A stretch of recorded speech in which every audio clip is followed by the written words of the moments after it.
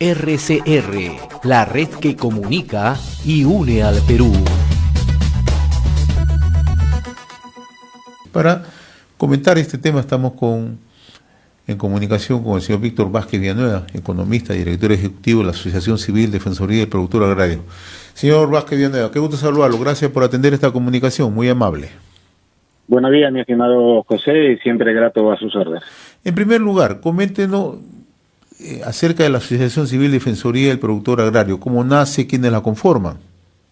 Bueno, es una asociación que nace justamente a llenar un vacío en términos de respeto a los derechos humanos y de los productores en particular. Nace a solicitud, reitero, de productores y dirigentes y profesionales agrarios ligadamente a este sector, en el único propósito, como insisto, de exigir, de pedir y de plantear también propuestas, pero que vayan al respeto irrestricto de los derechos de los productores en sentido amplio. En esa línea acaban de publicar un documento titulado Perú, la crisis alimentaria y los jinetes de la hambruna, ¿no? ¿Cómo es que están percibiendo la situación alimentaria en estos momentos en el Perú, señor Vázquez Villanueva? Bueno, hay que analizarlo en dos contextos, en dos escenarios, el escenario urbano, periurbano y el escenario rural, campesino. Bueno, en términos de alimentos se me viene a la memoria un dicho de larga data. En el campo el productor no puede morirse de hambre. Los productores son cada día menos en el país, pero quienes están muriendo de hambre son los peruanos que vivimos en las ciudades indistintamente de su tamaño, costa, sierra y selva. ¿Y por qué? Por razones estrictamente de carestía o insuficiencia de ingresos. Yo revisaba el documento y ustedes refieren que 16.600.000 personas en el Perú, más del 50% de la población está sufriendo de inseguridad alimentaria, ¿no? Y de ellos 6.800.000 en situación de inseguridad, ¿no?, alimentaria grave, ¿no? ¿Qué significa esto, señor Vázquez Villanueva? Significa, bueno, la información es preocupante. La semana pasada la FAO ha tenido una reunión importante en la ciudad de Lima, sus expertos, en la que ratifican esta información, ¿no? Más del 50% de peruanos en una inseguridad alimentaria. Inseguridad alimentaria significa la imposibilidad de acceder en la cantidad suficiente a los alimentos que necesita toda persona diariamente. Eso es inseguridad alimentaria, en términos de acceso. Y la inseguridad alimentaria grave es aquella persona que está sacrificando diariamente el número de alimentos y la cantidad de alimentos y la calidad de alimentos para su sostenimiento. Entonces, estos son dos escenarios sumamente preocupantes. A uno más y a otro menos, pero todo radica a raíz de la insuficiencia de ingresos, reitero, y resultante de la carestía o de la disminución de empleo, que a pesar que el gobierno señala que está creciendo el empleo, pero las condiciones de empleabilidad son cada vez mucho más deterioradas en relación a hace 3 años. Bueno, hay dos planos en este sentido, ¿no? Uno en el plano interno y otro en el plano externo, ¿no? En el plano externo, naturalmente, nadie puede dejar de lado la guerra entre Rusia y Ucrania, que ha tenido una afectación, ¿no?, en el plano mundial. Pero en el plano interno, de acuerdo al documento que ustedes señalan, es que no se puede culpar a otros por las incompetencias propias, dicho de otra manera, por la poca capacidad que tiene el gobierno de resolver un tema tan preocupante como es la alimentación, la seguridad alimentaria. Completamente de acuerdo. O sea, pero tampoco podemos seguir creyendo el cuento de que todo el incremento de precios de los alimentos se debe a la importación, a los problemas internacionales. En términos agrarios, y yo reitero, la guerra Rusia-Ucrania ha afectado en términos de aprovisionamiento de insumos, ¿no?, y productos como granos, cereales, y en términos de canasta exportable es insignificante, lo que no quiere decir que tenga efectos. Sí tiene efectos, pero de ahí, insisto, a seguir con la cantaleta, disculpe el término, de culpar a otros, eso es totalmente contrario, ¿no? El tema es interno, y el tema para el agro es interno. ¿Por qué? Porque hace 15 meses del gobierno, específicamente hace 12 meses, el gobierno prometió al campo, dijo al campo que iba traer urea, iba a traer fertilizantes, ¿no? Y pasaron el tiempo, y lo único que nos ha entregado son bonos que nadie sabe quiénes son los beneficiarios. Ahí están los informes de Contraloría que señalan con suma claridad la tipificación de quiénes son los que están aprovechándose de los llamados bonos monetarios. Y en términos de urea, ya lo sabemos, cuatro subastas internacionales, a las finales todas se caen. Y todas se caen por un solo hecho, por el solo hecho de poca transparencia, por decirlo menos. Vayamos al primer tema, la falta de fertilizante, la falta de urea. ¿Cómo es que está afectando, de qué manera está presionando a los precios en los mercados, señor Vázquez? Bueno, la urea, de manera particular, fertilizantes en general, bueno, es el insumo que permite una mayor productividad. O sea, no puede haber un cultivo, por lo menos en la costa y en la selva y en la parte baja de la sierra, que no apliquen fertilizantes. Entonces, a menor uso de fertilizantes por el mercado distorsionado en términos de oferta y en términos de precios, ha impactado en que el pequeño y mediano productor reduzcan su cantidad de fertilizantes para sus cultivos. Y eso tiene su impacto en la producción y en la productividad. Y a menor producción, obviamente, esa menor producción se traslada al mercado, en la cual el mercado empieza a expresar su desenvolvimiento con mayores precios. Menor oferta, mayores precios. ¿Ello qué significa? ¿Que en los próximos meses va a seguir el alza de los precios de los alimentos? Ello significa que, por ejemplo, si uno analiza el calendario agrícola, hablará técnicamente, uno encuentra de que del periodo de agosto a diciembre, por lo menos el 70% de los campos ya están sembrados. Y eso significa demanda de fertilizantes. En ese periodo, el gobierno ha sido incompetente por asegurar al mercado nacional de fertilizantes. Y alguien dirá, ¿y el sector privado?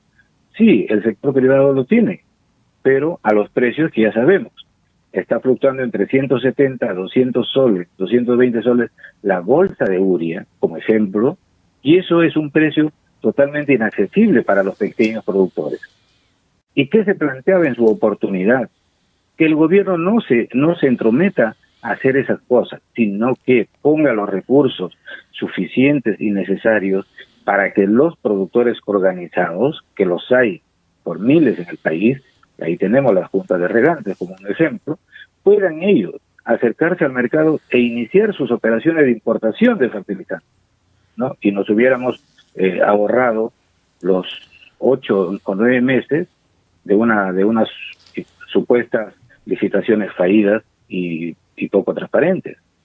Eso es, 70% de nuestros campos sin haber aplicado fertilizantes y en otros reduciendo drásticamente el nivel de uso de fertilizantes para sus cultivos. El otro tema, el tema de los subsidios monetarios, ustedes también son bastante críticos, ¿no? Y hemos conversado con distintos especialistas, donde hablan que uno de los principales problemas es la focalización. No está bien focalizada esta entrega de subsidios monetarios, conocido como fertiabono. Pero por otro lado, esto ya puede dar también lugar a un clientelaje político, ¿no? ¿Cómo están analizando ustedes que tienen entre sus asociados gente que está bastante vinculada a los temas agrarios al día a día? Mire, generalmente todos los subsidios, no solamente aquí en el país, los subsidios poco transparentes o inadecuadamente focalizados conduce a la corrupción por un lado, pero los subsidios de corto plazo, los subsidios monetarios o en insumos en el corto plazo también conduce a la corrupción y al desvirtuar el funcionamiento del mercado. Ahora, en el caso del fertiabono, por ejemplo, yo insisto, la miopía o ceguera del gobierno presente y del Ministerio de Agricultura en particular, por no haber utilizado en su oportunidad un padrón de productores debidamente registrados y conocidos que están en poder de las 52 juntas de regantes existentes en el país. Entonces, ¿por qué? Porque solamente ellos se aferraron a decirle de que van a través del padrón de productores agrarios, es la gran solución. Y eso es totalmente falso en la coyuntura, en las actuales circunstancias. Por eso insisto, ahí viene los problemas de filtración. ¿Por qué? Porque ¿quién conoce a los productores? Bueno, han contratado centenares de empadronadores del campo que no conocen, van muchachos y empadronan, pero dejando de lado lo que los productores mismos señalaban: usen nuestros padrones que son oficiales y son legales porque está refrendado por la Autoridad Nacional del Agua. Y eso es lo que no han querido hacer, y ahí encontramos ya los primeros jalones de orejas que hace la Contraloría en términos de filtración del fertiabono. Y por cierto, el fertiabono no llega a solucionar. Primero, en la cobertura, como lo señala el documento, y en segundo lugar, ¿por qué el gobierno sigue insistiendo en eso? Porque es un cliente, ellos saben perfectamente que este tipo de instrumentos se prestan para el clientelaje como lo vienen haciendo. O sea, esto se ha hecho de manera exprofesa entonces, no es que hubo una negligencia, sino de manera exprofesa se está trabajando para focalizar a quién llega estos subsidios. Mire, todos los subsidios se manejan perversamente. Colombia el año pasado demostró de cómo se llegan con fertilizantes para los pequeños productores. Ecuador, a inicio de año, puso en marcha un programa muy interesante para asegurar que el fertilizante llegue a los productores.